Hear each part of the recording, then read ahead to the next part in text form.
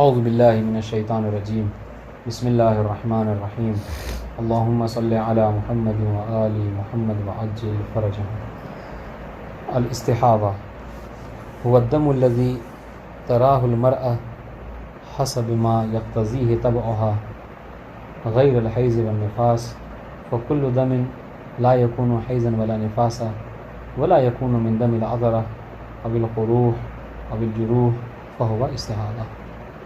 ٹھیک، استحاضہ کی تعریف سب سے پہلے ذکر کر رہے ہیں کہ دیکھیں 3 طرح کا خون آتا ہے خواتین کو، حیض، نفاس اور استحاضہ۔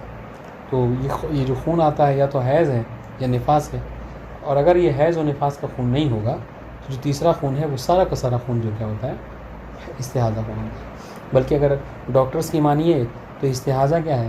استحاضہ سمجھ لیجیے ایک یعنی ہارمونل پرابلم ہے کہ جس کی وجہ سے کیا ہوتا ہے، ایک بیماری ہے جس کی وجہ سے وہ بلیڈنگ ہوتی ہے۔ بہت انشاءاللہ تو ابھی تعریف سے ہی آپ کو سمجھ میں آ جائے کہ جی ہاں یہ ایک بیماری ہے۔ کیا کہہ رہے ہیں؟ استحاضہ وہ خون ہے کہ جو خاتون دیکھتی ہے اپنے طبیعت کے مطابق، نہیں جیسے اس کی طبیعت ہوتی ہے اسی کے حوالے سے وہ خون دیکھتی ہے۔ بس انشاءاللہ یہ تو آپ اس میں قیاس نہیں کر سکتے کہ فلاں کی خواتین کو جو مثلا اتنے دن ہے اور فلاں کو اتنے دن آتے ہیں، نہیں، وہ چونکہ ہر خاتون کی اپنی ایک طبیعت ہوتی ہے، طبیعت یعنی اردو والی طبیعت نہیں، وہ طبع ہے، ما یقتضی ہے طبع الانسان، ٹھیک ہے، کہ جو اس کی طبیعت کا تقاضا ہے۔ بس انشاءاللہ یعنی کسی کی باڈی گرم ہے، کسی کی باڈی ٹھنڈی ہے، بس انشاءاللہ کسی کو ہارمونل پرابلم ہے، کسی کو نہیں ہے۔ تو بعض جن کو یہ سب پرابلم نہیں ہوتی ہے وہ دیکھتی بھی نہیں ہے، ان کا بالکل کیا ہوتا ہے، فکس ہوتا ہے، بس انشاءاللہ کہ مطلب ان کو کتنے دن مثلا حیض آنا ہے کیا نہیں آنا ہے، ٹھیک ہے۔ اور اس کا زیادہ تر تعلق جو کیا ہوتا ہے وہ آپ کو کھانے پینے سے ہوتا ہے، سمجھ رہے ہیں، کھانے پینے سے ہوتا ہے۔ اگر کھانے پینے خاتون کا کھانا پینا اچھا ہے، وٹامنس وغیرہ ہے بدن میں، تو یہ سب استحاضہ کا خون اس کو نہیں آتا ہے، اور پیریڈ وغیرہ کا مسئلہ بھی جو صحیح رہتا ہے۔ لیکن اگر یہ سارے مسئلے خراب ہوتے ہیں، کھانا پینا اچھا نہ ہو اور انشاءاللہ وٹامنس کی کمی ہو، تو یہ سب چیزیں زیادہ لگی ہوتی ہیں۔ اس لیے کہتے ہیں کہ جو خاتون زیادہ کمزور ہوتی ہے، جو زیادہ کمزور ہوتی ہے جسمانیت کے حوالے سے، قوت کے حوالے سے، اس کو زیادہ استحاضہ آتا ہے۔ یعنی برعکس ہے، ایسا نہیں ہے کہ وہ جو یعنی موٹی خاتون ہے اور یا مثلا طاقتور ہے اور جو ہے ہیلدی ہے تو اس کو استحاضہ مطلب اس کو استحاضہ کم آئے گا، ٹھیک ہے، لیکن جس کے اندر کمزوری ہوگی اس کو زیادہ آئے گا۔ بہرحال یہ ایک طرح کے ہارمونل پرابلم ہے۔ اس لیے دیکھیں اگر اس طرح کا علاج کرانے کے لیے ڈاکٹر پہ جائیے تو ڈاکٹرز کیا ہارمونس کی دوا دیتے ہیں آپ کو۔ بہرحال تو خیر یہ کہہ رہے کہ اور یہ کیا غیر الحیض والنفاس، اور یہ خون ہوتا ہے یہ حیض و نفاس کا خون نہیں ہوتا۔ اب دیکھیں جب یہ حیض و نفاس کا خون نہیں ہوتا تو اس پر حیض و نفاس والے خون کا جو احکامات ہیں ویسے وہ بھی اس پر نہیں آئیں گے، ٹھیک ہے جی۔ فکل دم لا یکون حیضا ولا نفاسا، بس ہر وہ خون کہ جو حیض و نفاس کا نہ ہو، ولا یکون دم النبی، اور اس کے علاوہ وہ دم عذرا نہ ہو، یعنی کیا، یعنی کہ یعنی نجاست کا، یعنی عذرا واضح ہے انشاءاللہ، عذرا نہیں پخانا، اب القروح، یا پھر جو کیا ہے زخم کا خون نہ ہو، مثلا اگر اس جگہ پہ شرمگاہ پہ اگر کوئی زخم ہے، ٹھیک ہے، یا جرح یا کوئی کٹا وٹا ہے کسی طرح سے، تو اگر یہ کٹنے کا یا زخم کا اگر خون نہیں ہے تو ان کے علاوہ اگر کوئی خون آ رہا ہے نارمل اعتبار سے تو اس کو کیا ہے، اس کو استحاضہ کا خون کے عذر کے ساتھ عذرا نہیں، عذرا پخانے ہوتے ہیں، واضح انشاءاللہ۔ فہوا استحاضۃ، تو کیا ہے وہ استحاضے کا خون ہوتا ہے۔ والغالب فی الاستحاضہ ان یکون علی خلاف ما ذکرناہ للحیض من الصفہ ولا حد لاقلہ ولا لاکثرہ، اور جو غالبیت ہے اکثر یعنی اس میں غالبیت ہوتی ہے خون استحاضہ میں، وہ کیا ہے، وہ حیض کے بالکل مخالف ہوتا ہے۔ انشاءاللہ بھی آگے ہم پڑھیں گے اس کے۔ ہم نے کیا پڑھا کہ حیض کا خون کیا ہوتا ہے، وہ بہت زیادہ گاڑھا کالا ہوتا ہے نا، نکلتا جو ہے وہ جلن کے ساتھ ہے۔ اسی کے برعکس آپ نے پڑھ رکھا ہوگا استحاضہ کسے کہتے ہیں، استحاضہ وہ خون کہ جو پیلے کلر کا ہوتا ہے۔ دیکھیے تو البتہ یہ کیا ہے، یہ علی نحو الغالب ہے، یہ اکثر ایسا ہوتا ہے، واضح۔ تو وہ یہ کیا مطلب، اس کے علاوہ بھی خون ہوتا ہے تو پیلے کلر کا ہوتا ہے، نکلتے ہوتے ٹھنڈا پن محسوس ہوتا ہے، واضح انشاءاللہ، اور یہ اچھل کر نہیں نکلتا ہے، واضح انشاءاللہ جی۔ ان یکون علی خلاف ما ذکرنا للحیض من الصفہ ٹھیک ہے. یہ حیض کے صفات کے بالکل مختلف ہوتا ہے. وہ جو صفات دیکھی آپ نے جو بتائے ہم نے وہ صفات مختلف ہیں. ولا حد لعقل، اور اس کے نہ عقل کی کوئی حد ہے اور نہ اس کے اکثر کا کوئی حد ہے. حد ان شاء اللہ. تو بعض ایسا بھی دیکھا گیا، اگر آپ اس کے حوالے سے سوالات وغیرہ پڑھیے تو ایسی بھی خواتین ہیں جو سوال کرنے والی ہیں جو یہ کہتی ہیں کہ میں انا دائم الاستحاضہ، یعنی وہ مسلسل جو کیا ہے خون دیکھتی ہیں، ہمیشہ ہر دن ان کو خون آتا ہی رہتا ہے. تو یہ کوئی اکثریت کی حد نہیں ہے اور عقل کے بھی حد نہیں ہے، یعنی بہت سی ایسی ہیں کہ جو ان کو دیکھتی بھی نہیں ہے. بعد ان شاء اللہ آئی اقسام الاستحاضہ و احکامھا. الاستحاضہ تو اللہ ثلاثۃ اقسام ہیں، اس کی 3 قسمیں ہیں. ٹھیک ہے، کثیرہ، متوسطہ اور قلیلہ. کثیرہ کسے کہتے ہیں؟ ہی ان یغمس الدم القطنہ التي تحملها المرأة ويتجاوزها. ٹھیک ہے، کثیرہ کس خون کو استحاضہ کہتے ہیں؟ استحاضہ کثیرہ اس خون کو کہتے ہیں کہ جس میں جو قطنہ یعنی جو روئی ہوتی ہے جو شرمگاہ پہ رکھی جاتی ہے وہ کیا ہوتی ہے؟ وہ ڈوب جاتی ہے، وہ بھیگ جاتی ہے. واضح ان شاء اللہ. ويتجاوزها، جو خاتون رکھتی ہے شرمگاہ پہ وہ گیلی ہو جائے، ڈوب جائے اور اس سے تجاوز کر جائے، خون نکل جائے. ٹھیک ہے، اور نکل کر وہ جو کپڑے وغیرہ ہیں واضح ان شاء اللہ اس پہ جو کیا ہے لگ جاتا ہے. اس کو کیا کثیرہ کہتے ہیں. متوسطہ ہی ان یغمسها الدم ولا يتجاوزها، کہ خون جو کیا ہے اس روئی کو تو بھگو دے، ٹھیک ہے، ڈبو دے، مگر کہ اس سے تجاوز نہ کرے. والقلیلہ ہی ان تتلوث القطنہ بالدم ولا یغمسها. ٹھیک ہے، اس میں کیا ہے کہ اس کو ڈبوتا نہیں ہے، البتہ خون اس میں لگ جاتا ہے. اگر چیک کریں تو روئی میں خون ہوتا ہے، مگر اس میں یعنی خون ایسا نہیں ہے کہ اس پہ یعنی پوری روئی جو ہے اس پہ ڈوبی ہوئی ہے. بات ان شاء اللہ خود اور لفظ سے ہی واضح ہے، قلیلہ، متوسطہ اور کثیرہ. بات ان شاء اللہ جیسے جیسے خون کی کثرت ہو یعنی خون کی مقدار بڑھے گی ویسے ویسے حکم بھی بدلتا جائے گا، قلیلہ سے متوسطہ، متوسطہ سے کثیرہ. اچھا، یہ اس کی اقسام کیوں ذکر کیے؟ کہ اقسام اس لیے کہ حکم بھی جو کیا ہے الگ الگ ہے. قلیلہ کا الگ حکم ہے، متوسطہ کا الگ ہے اور کثیرہ کا الگ ہے. اب آئیے حکم کیا ہے کہ یجب علی المرأۃ فی الاستحاضۃ الکثیرہ. استحاضہ کثیرہ میں، استحاضہ کثیرہ میں کہ جہاں پر خون روئی سے تجاوز کر جائے تو کیا حکم ہے؟ تو کہہ رہے ہیں کہ ثلاثۃ اغسال، یہاں پر خاتون کے اوپر 3 غسل روز واجب ہوتا ہے. ٹھیک ہے. اچھا، غسل لصلاۃ الصبح و غسل للظہرین اذا جماعتہما.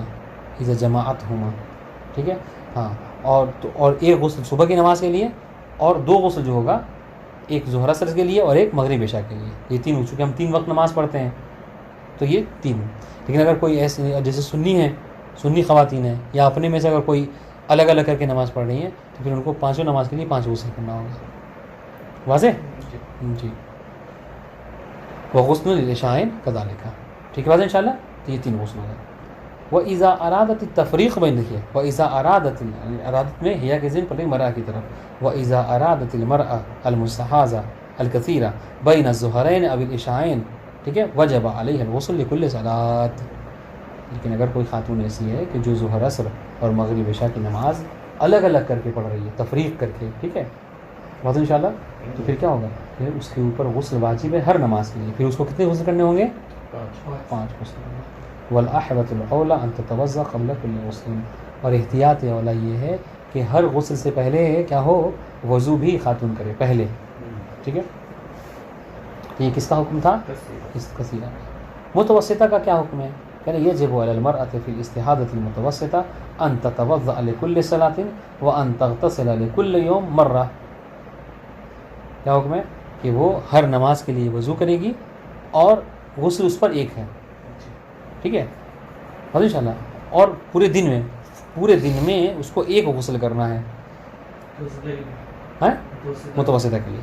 فإذا كانت الاستحاضة متوسطة قبل ان تصلي صلاة الفجر، اگر خاتون جو ہے وہ شکار ہو جائے استحاضہ متوسطہ کا قبل اس کے کہ وہ کیا کرے؟ نماز فجر پڑھے، تو کیا کرے گی؟ توضأت ثم اغتسلت وصلت. تو اس وقت میں کیا کرے گی؟ وہ ابھی چونکہ نماز فجر کا ٹائم ہونے والا ہے اور اس نے دیکھا کہ وہ استحاضہ متوسطہ اس کو آ رہا ہے، اس وقت میں کیا کرے گی؟ وہ وضو کر لے گی پہلے، پھر کیا ہے؟ غسل کر لے گی، پھر اس کے بعد جو کیا ہے نماز پڑھ لے گی. واضح انشاءاللہ. اب اس کو دوبارہ ظہر عصر کے لیے اور مغرب عشاء کے لیے غسل کرنے کی ضرورت نہیں ہے، چونکہ پورے دن میں ایک غسل تھا، اس نے فجر کی نماز سے پہلے پڑھ لیا. بلکہ اگر بعض توضیح میں آپ اٹھا کر دیکھیے تو اس میں کہتے ہیں کہ بہتر یہ ہے کہ استحاضہ متوسطہ میں خاتون نماز فجر سے پہلے ہی غسل کرے. ہاں اگر کوئی کسی عذر کی وجہ سے نہ کر سکے تو پھر ظہرین اور مغربین سے پہلے اگر کر لے تو کوئی مشکل نہیں ہے. البتہ بہتر کیا ہے کہ فجر سے پہلے کرے. سنیے گا. وَيَكْفِي لِغَيْرِهَا مِنَ الصَّلَوَاتِ الْوُضُوءِ فقط. یہ تو آپ نے نماز صبح کے بارے میں بتایا نا کہ وضو کر لے گی اور غسل کر لے گی پھر نماز پڑھ لے گی. بقیہ جو نماز ہیں ظہر عصر کی مغرب عشاء کی تو اس کے لیے بس کریں وضو کافی ہے. ٹھیک ہے. لیکن ایک بات یاد رہے وضو کافی ہے کب؟ کہ جب یہ خاتون متوسطہ ہو. جو خون آ رہا ہے متوسطہ ہی ہے. لیکن اگر دن کے کسی ٹائم میں کثیرہ ہو گیا ظہر سے پہلے کیا ہو گیا کثیرہ ہو گیا تو پھر کیا پھر کثیرہ والا حکم آئے گا اس کا. حاضر انشاءاللہ جی. تو یہ جو حکم لگا رہا ہے وہ یکفی لغیرها من الصلوات الوضوء فقط کب؟ اذا بقت المرأة المستحاضة على المتوسطة. واضح انشاءاللہ. واذا كانت قبل صلاة الظهر توضأت واغتسلت لها وصلت غيرها من الصلوات بالوضوء وهكذا. ٹھیک ہے. پھر اس کے بعد کیا ہے اگر یہ نماز ظہر سے پہلے ہے. ابھی تو بات یہ تھی کہ اس کو جو استحاضہ متوسطہ آیا فجر سے پہلے تھا. اب اگر ظہر سے پہلے اس نے دیکھا کہ یہ جو خون ہے یہ استحاضہ متوسطہ کا ہے تو کیا کرے گی؟ کہ وضو کر لے گی پھر غسل کرے گی اور پھر جو کیا ہے ظہرین کی نماز پڑھ لے گی. وہ غیر ہمیں نصرات. اس طریقے سے اگر مغرب عشاء سے پہلے تو مغرب عشاء میں بھی یہی حال کرے گی. بس ان شاء اللہ. وہ ضابط. آئیے ہم آپ کو الگ الگ نہ بتائیں ایک آپ کو قاعدے کلیہ بتاتے ہیں. ٹھیک ہے. قاعدہ کلیہ کیا ہے کہ انہا یعنی ان المرأۃ المستحاضۃ متوسطہ ایسی خاتون کے جو مر ہے جو کیا ہے استحاضہ متوسطہ کیا کرے گی اس کا حکم کیا ہے کہ انہا تضم الی الوضوء غسلا واحدا للصلاۃ. ٹھیک ہے کہ وہ کیا کرے گی وہ ایک وضو کو منظم کرے گی غسل کے ساتھ. پہلے وضو کر لے گی پھر غسل کرے گی. ٹھیک ہے. کس نماز کے لیے؟ اس نماز کے لیے کہ التی کیا ہے تحدث الاستحاضہ متوسطہ قبلها کہ جس نماز سے پہلے اس کو استحاضہ متوسطہ آیا ہے اس نماز کو پڑھنے کے لیے کیا ہے اس کو کیا کرنا چاہیے؟ ہاں پہلے وضو پھر غسل کر کے پھر اس کو نماز پڑھنی چاہیے. واضح انشاءاللہ. پھر کہنے کہ لا یجب الغسل للاستحاضة القلیلہ ولکنها یجب معها الوضوء لكل صلاة واجبہ او مستحبہ. تو ابھی کثیرہ اور متوسطہ کا حکم اپنے پڑھا. قلیلہ کا کیا حکم ہے؟ کیونکہ قلیلہ کے لیے اوپر غسل واجب نہیں ہے. ٹھیک ہے. اس کا بس یہ حکم ہے کہ وہ کیا کرے گی کہ وہ ہر نماز سے پہلے وضو کرے گی. حاضر انشاءاللہ. آپ کہیں گے بھائی ہر نماز سے پہلے تو وضو تو کرتی ہے. کیا جواب ہوگا اس کا؟ یعنی ڈبل وضو ہوگی نا. ایک تو اس کی قلیل کی اور ایک نماز سے واجب جو کر رہی ہے دو وضو کرنے پڑیں گے نا. نہیں اور سوچیں کیا جواب ہو سکتا ہے.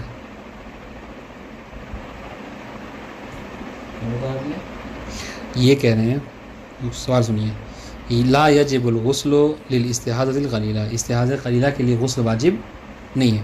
ولکنہ یجب معها الوضوء لكل صلاة واجبہ مستحبہ. لیکن ہاں ہر نماز پڑھنے کے لیے کیا ہے اس کو وضو اور وضو پڑھنا ہوگا چاہے وہ نماز واجب ہو یا نماز مستحب. اس لیے کہ جو فتنہ ہے وہ تر نہیں ہوگا. کیا جواب ہوگا اس کا؟ تو ہم کہہ رہے ہیں کہ ہم تو نارمل خاتون جو نماز پڑھتی ہے وضو کر کے ساتھ ہی پڑھتی ہے تو پھر کیوں کہہ رہے ہیں کہ آپ جو نماز پڑھی وضو کریں گے. سوال سمجھ میں آیا؟ کیا جواب ہوگا؟ عبارت میں جواب ہے اس کا اس لیے پوچھ رہا ہوں. جواب یہ ہے کہ یہ جو کہہ رہے ہیں وَلَٰكِنَّ يَجِبُ مَعَ الْوُضُوءِ لِكُلِّ صَلَاةٍ ہر نماز کے لیے نارمل اگر خاتون نارمل دنوں میں ایک وضو کر لے تو ظہر اور عصر دونوں پڑھ سکتی ہے. لیکن اگر استحاضہ قلیلہ کی شکار ہے تو وہ وضو کر کے نماز پڑھے گی ظہر کی لیکن عشاء کی عصر کی نماز اسی وضو سے نہیں پڑھے گی بلکہ عصر کے لیے پھر جا کر وضو کرے گی اور کیا کرے گی نماز پڑھے گی. واضح ہو گیا؟ تو اس لیے کہہ رہے ہیں سوچنا دیکھیں وَلَٰكِنَّهُ يَجِبُ مَعَ الْوُضُوءِ لِكُلِّ صَلَاةٍ واجبہ. تو اگر 5 نماز پڑھے دن بھر میں تو 5 وضو اس کو کرنا ہوگا. اور مستحبہ یا اگر کوئی مستحب نماز پڑھ رہی تو اس کے لیے بھی اس کو الگ سے وضو کرنا ہوگا. واضح انشاءاللہ جی. یجب علی المستحاضۃ ان تختبر حالها قبل الصلاۃ لتعرف انها من ای قسم من الاقسام الثلاثہ. ٹھیک ہے. اچھا دیکھیں وہ جو ختنے والی بات آپ نے کی اس سے بھی ایک بات بتائیں کہ یہ جو وضو والا مسئلہ تھا قلیلہ میں ہے نا قلیلہ میں وہ ٹھیک ہے، لیکن قلیلہ میں ساتھ ساتھ یہ بھی ہے کہ چونکہ وہ جو خون آتا ہے تو اس میں صرف روئی کو تبدیل کرنا ہوتا ہے. البتہ یہ پہلے زمانے میں، آج کل تو مطلب پیڈ وغیرہ کا دور ہے، یہ پہلے زمانے میں تھا کیا کہ مثلا روئی رکھتے تھے اس مقام پر اور اس کو کپڑے وغیرہ سے باندھ دیا کرتے تھے. ٹھیک ہے، تو اس میں کیا ہے کہ الگ سے، اور یہ چونکہ مسائل منتخبہ ہے نا، بہت تشریح نہیں ہے اس میں، شاید ہو سکتا ہے آگے آ جائے مسئلہ تو الگ سی بات ہے، ورنہ اور باقی شرح کتابیں جائیے تو اس میں ہے کہ کیا ہے کہ مطلب وہ یہ تو کرے گی ہی وضو ہر نماز کے لیے، ماں تبدیل القطنہ، کہ وہ جو مطلب جو روئی ہے اس کو کیا ہے تبدیل کرے گی.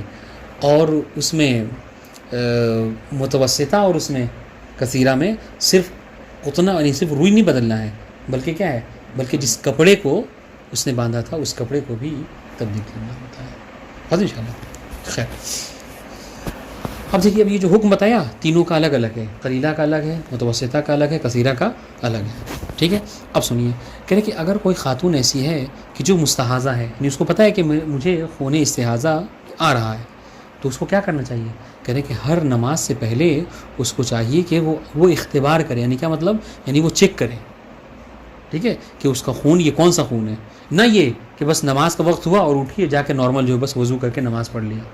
نہیں، اگر ایسے ہوئے تو کہہ رہے ہیں اگر کوئی خاتون ایسے نماز پڑھ رہی تو اس کی نماز باطل ہے. بس انشاءاللہ، بلکہ اس کے لیے واجب ہے کہ پہلے جا کر وہ چیک کرے کہ اس کو حکم کون سا ہے، استحاضہ والا، متوسطہ ہے، قلیلہ ہے، کثیرہ، تاکہ اس کے مطابق جو کہ نماز پڑھ سکے. سنیے، یہی مسئلہ ہے کہ یجب علی المستحاضہ ان تختبر حالها، کہ وہ اپنے حال کے بارے میں کیا، ان تختبر حالها، کہ وہ اپنے حال کا کیا کرے، امتحان لے، یعنی چیک کرے، پتہ کرے. کب؟ قبل الصلاۃ، نماز سے پہلے. اچھا، کیوں پتہ چیک کرے؟ لتعرف انہا من ای قسم من الاقسام ثلاثہ، تاکہ اس کو یہ معلوم ہو جائے کہ یہ اقسام ثلاثہ میں سے کون سے قسم کا استحاضہ اس کو آیا ہے، تاکہ وہ ہر سارے کا حکم الگ ہے، اس کے مطابق عمل کر سکے. وَإِذَا صَلَّتْ مِن دُونِ اختبار بطلت صلاۃ. ان شاء اللہ کہہ رہے کہ لیکن اگر اس نے ایسا نہیں کیا،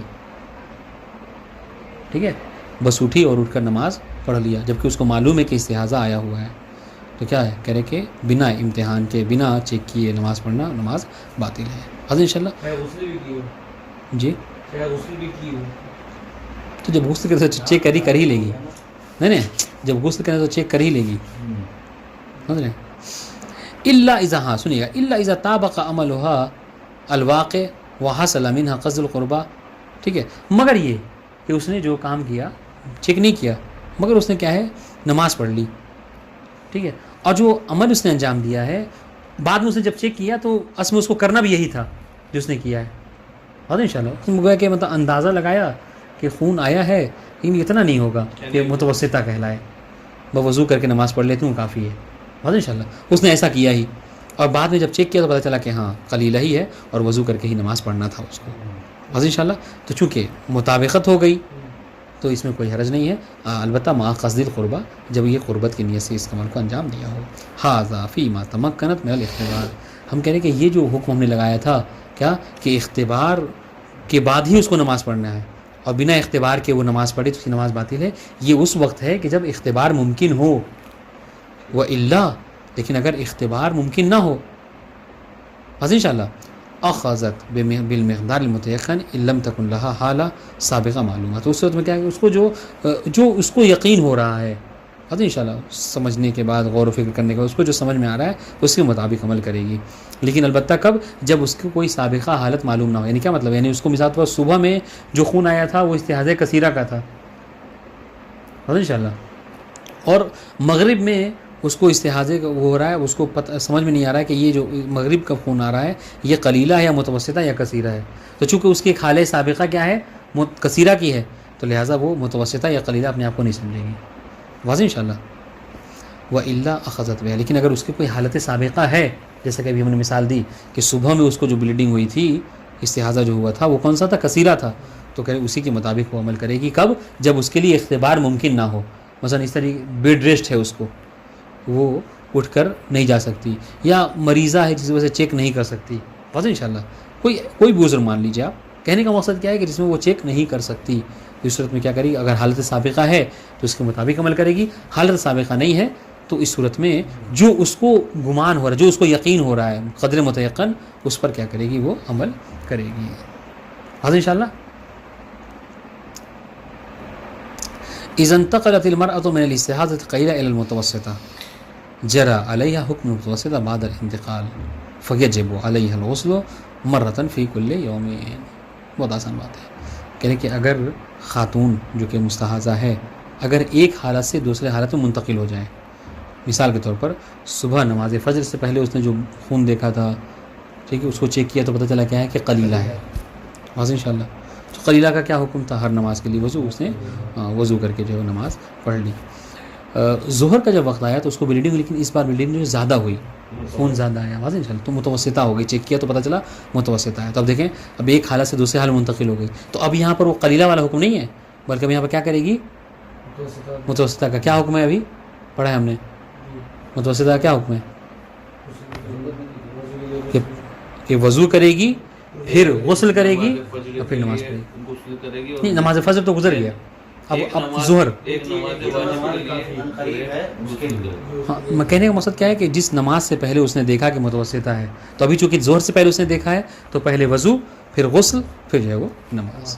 واضح انشاءاللہ. دیکھیں اذا انتقلت المرأة من الاستحاضة القلیلہ الى المتوسطہ، اگر خاتون استحاضہ قلیلہ سے متوسطہ کی طرف منتقل ہو جائے، ٹھیک ہے، تو جرا علیہا، علیہ کے کہاں پلٹائیں گے؟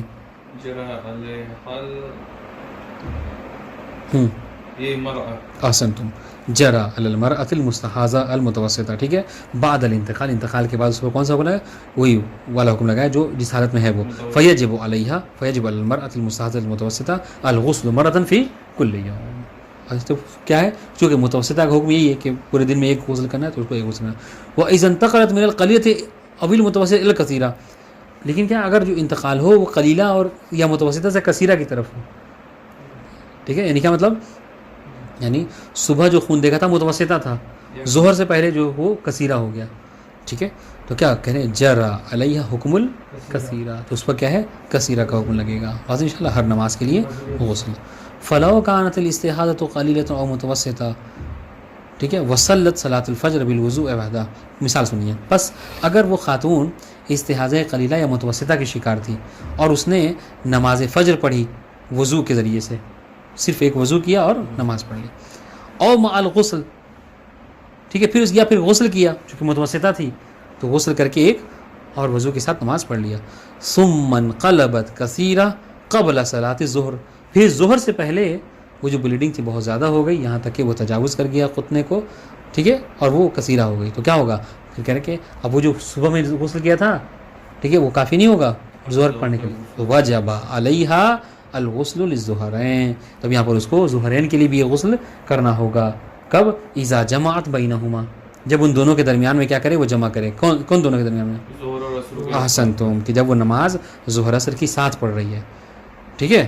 وَلِكُلٍّ مِّنْهُمَا إِذَا فَرَقَتْ بَيْنَهُمَا، لیکن اگر ظہر اور عصر کی نماز وہ الگ الگ پڑھنا چاہ رہی ہے، جیسا کہ عام طور سے اہل سنت پڑھتے ہیں، 12 بجے پڑھیں گے، پھر جو کیا ہے 4 بجے پڑھیں گے، اس صورت میں کیا ہے؟ اس کو 12 بجے بھی ایک غسل کرنا ہے اور 4 بجے بھی ایک غسل. ہم بھی پڑھ سکتے ہیں، پڑھ سکتے ہیں، کیوں نہیں؟ کوئی مسئلہ نہیں، بلکہ افضل ہے، افضل ہے، بہتر ہے.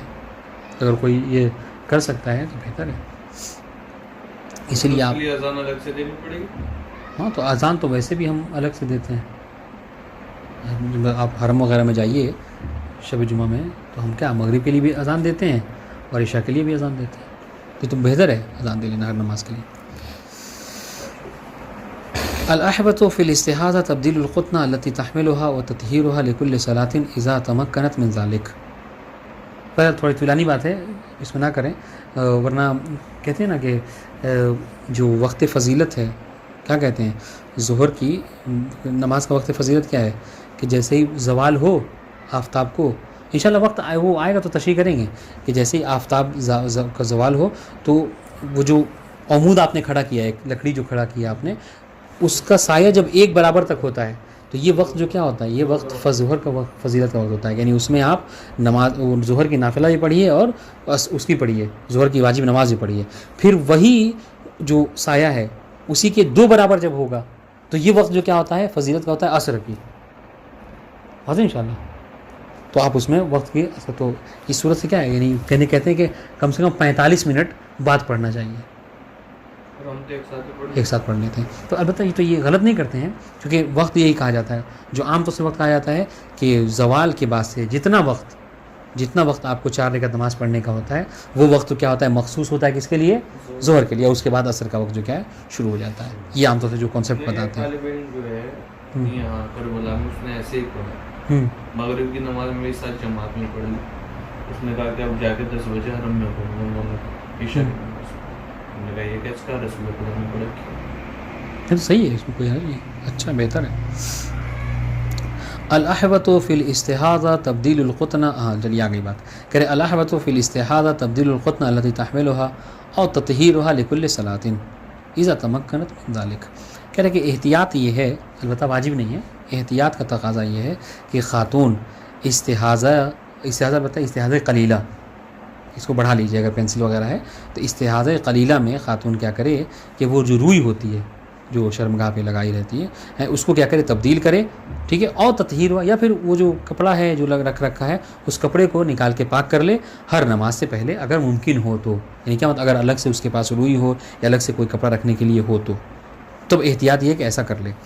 وَكَذَلِكَ الْخِرْقَةُ الَّتِي تَشُدُّهَا الْمَرْأَةُ فَوْقَ الْقُطْنَةِ فِي الْإِسْتِحَاضَةِ الْمُتَوَسِّطَةِ أَوِ الْكَثِيرَةِ. جو بات کہی تھی بالہو بہو وہی بات ہے.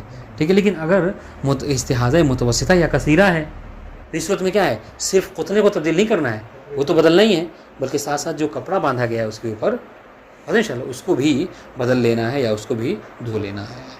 انشاءاللہ. الاحوۃ للمستحاضہ ان تصلی بعد الاغتسال من دون فصل. ٹھیک ہے، وان تتحفظ من خروج الدم مع الامن من الضرر من حين الفراغ من الغسل الى ان تتم الصلاۃ. انشاءاللہ. اور احتیاط یہ ہے کہ خاتون جو مستحاضہ ہے وہ نماز جو ہے غسل کے فوراً بعد پڑھ لے. انشاءاللہ. آپ نے کہا تھا کہ ظہر سے پہلے اس کو ایک غسل کرنا تھا کثیرہ مثلا، تو اس نے کیا پہلے وضو کیا پھر غسل کیا، اور کیا اب یہ نہ کہے کہ اب آ کے کھانا بنا لوں پھر جو کیا ہے جا کے نماز پڑھوں گی، تو اس میں کیا ہوگا، اس میں پھر سے بلیڈنگ ہو جائے گی. تو احتیاط یہ ہے کہ وضو اور غسل کے فوراً بعد خاتون کیا کرے، نماز پڑھ لے. اس لیے کہتے ہیں اس طریقے سے غسل کرے کہ اسی کے ذریعے سے نماز بھی پڑھ لے، اس میں فاصلہ نہ ہو، من دون فصل. انشاءاللہ. وان تتحفظ من خروج الدم مع الامن من الضرر. اور اگر کوئی نقصان اس کو نہ ہو تو بلکہ اس کے لیے بہتر یہ ہے کہ وہ کوشش کرے کہ جو خون نہ ہو، بلیڈنگ اس کو نہ آئے نماز ختم ہونے سے پہلے. من حين الفراغ من الغسل الى ان تتم الصلاۃ.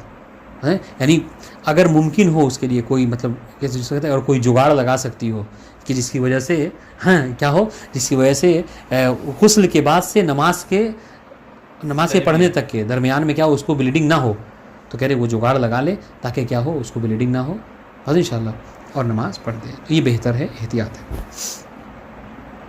اذا انقطعت الاستحاضة الكثيرة والمتوسطة بعد الغسل. ٹھیک ہے، اذا انقطعت الاستحاضة الكثيرة والمتوسطة بعد الغسل قبل الصلاة او بعدها وجب على المرأة ان تقتضي الصلوات الآتية لرفع حدث الاستحاضة. کہہ رہے کہ اگر کثیرہ یا متوسطہ میں ٹھیک ہے خون کا آنا منقطع ہو جائے، بند ہو جائے، کب، غسل کے بعد، نماز سے پہلے، اور بعدها یا پھر نماز کے بعد، تو کیا ہوگا، کہہ رہے کہ وجب علی المرأة ان تغتسل للصلوات الآتیہ لرفع حدث الاستحاضہ. تو خاتون کے اوپر واجب ہے کہ وہ آنے والی نماز کے لیے کیا کرے، غسل کر لے. ٹھیک ہے، تاکہ وہ جو حدث استحاضہ ہے وہ کیا اس سے مرتفع ہو جائے اور پھر وہ جو نماز پڑھے نارمل خاتون کی طرح نماز پڑھ سکے. واضح انشاءاللہ. چونکہ وہ متوسطہ تھی اور کثیرہ تھی تو اس کا وظیفہ بہرحال غسل کرنا تھا. یحرم علی الاستحاضۃ مس کتابۃ القرآن قبل طہارتها بالوضوء او الغسل. مستحاضہ خاتون کے اوپر حرام ہے کتابت قرآن مجید کا مس کرنا، یعنی اس کے حروف کا. کب، وضو سے طہارت، وضو اور غسل طہارت سے پہلے. ٹھیک ہے، چنانچہ اگر وضو و غسل کر لیا اس نے پھر اس کو چھو سکتی، کوئی حرج نہیں ہے. بلکہ والاحوۃ ترک بعد ایضا مادہ محدث باقی. بلکہ احتیاط تو ہم یہ کہیں گے کہ حتیٰ کہ اس نے وضو اور غسل کر لیا پھر بھی اس کو چاہیے کہ مس سے کتابت قرآن مجید نہ کرے جب تک کہ وہ بلیڈنگ ہو رہی ہے، جب تک کہ خون اس کو آ رہا ہے. اور انشاءاللہ اگرچہ وہ پاک ہے، نماز پڑھ سکتی ہے، عبادت کر سکتی ہے، لیکن اس کو نہ چھوئے، تو یہ احتیاط ہے. اب آئیے وہ جو ہم نے کہا تھا کہ حائضہ خاتون کو طلاق نہیں دیا جا سکتا، اور انشاءاللہ کیا مستحاضہ کا بھی یہی حکم ہے؟ کہہ رہے کہ نہیں، یجوز و طلاق المستحاضہ ولا یجری علیہ حکم الحائض والنفساء، حائضہ مستحاضہ خاتون اگر ہے چاہے وہ کثیرہ ہی کیوں نہ ہو، اس کو طلاق دیا جا سکتا ہے. اور ایک بات یاد رکھیں کہ مستحاضہ کے اوپر حائضہ اور نفساء کا حکم نہیں لگایا جائے گا. واضح انشاءاللہ. ہاں یہ مسئلہ کہنے کہ ما یترتب علی الحیض من حرمت وطء الحائض و حرمت دخولها المساجد و وضع شیء او المکث فیها و قراءۃ آیات السجدہ لا یترتب شیء من ذلك علی المستحاضۃ القلیلہ. ٹھیک ہے، کہہ رہے کہ وہ جو حکم ہم نے بتایا بیان کیا تھا احکام حائضہ کے حوالے سے یا نفساء کے حوالے سے کہ ان کا جو کیا ہے وطء کرنا یعنی جمع کرنا ان کے ساتھ حرام ہے، ان کا مسجدوں میں داخل ہونا حرام ہے، اپنے سے متعلق کسی چیز کا مسجد میں رکھنا حرام ہے، یا خود ٹھہرنا مسجد میں، مقصد نہیں ٹھہرنا کیا ہے حرام ہے. اس طریقے سے آیات سجدہ، وہ جو آیات ہیں جن پر سجدہ واجب ہے ان کا پڑھنا حرام ہے. کہ یہ سارے احکامات مستحاضہ قلیلہ خاتون کے اوپر کیا ہیں نہیں لگائے جائیں گے. ٹھیک ہے، یعنی یہ ساری چیزیں اس کے لیے جائز ہیں. کما ان تلک الاحکام لا یتطور الکثیرۃ والمتوسطہ اذا قامت المرأة بوظیفۃ من الاغسال. اسی طریقے سے یہ سارے احکامات اس متوسطہ یا کثیرہ خاتون پہ بھی نہیں لگائے جائیں گے کہ جس نے اپنے افعال پر، اپنے عمل کے اوپر، جس اپنے واجبات پر عمل کر لیا. یعنی کیا مطلب اس پر غسل تھا اس نے غسل کر لیا، اس کے پورے وہ یعنی کثیرہ میں ہر نماز سے پہلے غسل تھا اس نے ہر نماز سے پہلے غسل کر لیا، یا پورے دن میں ایک غسل تھا اس نے پورے دن میں متوسطہ میں ایک غسل کر لیا ہے، تو اس کے اوپر یہ ساری چیزیں حرام نہیں ہوں گی. ہاں احتیاطاً آپ کہہ سکتے ہیں والاحوط الاولیٰ رعایت الاحتیاط فیما اذا لم تقم بوظیفتها. جی ہاں، اگر اس نے اپنے وظیفے پر عمل نہیں کیا، متوسطہ کے لیے پورے دن میں ایک غسل تھا اس نے ابھی تک غسل نہیں کیا ہے، کثیرہ کے لیے ہر نماز سے پہلے غسل تھا اس نے نماز گزر گئی ابھی تک غسل نہیں کیا، مطلب وقت گزر گیا نماز کا ابھی تک غسل نہیں کیا ہے، تو اس وقت میں کیا کرے گی وہ؟ تو کہہ رہے کہ اس کے لیے احتیاط اولیٰ یہ ہے کہ وہ ان چیزوں سے پرہیز کرے، یعنی مسجد میں نہ داخل ہو، آیات سجدہ کو نہ پڑھے اور اس طرح کی چیزیں انجام نہ دے. بس انشاءاللہ یہ احکام میت نیا مسئلہ انشاءاللہ اس کو کل پڑھیں گے. والسلام علیکم ورحمۃ اللہ وبرکاتہ.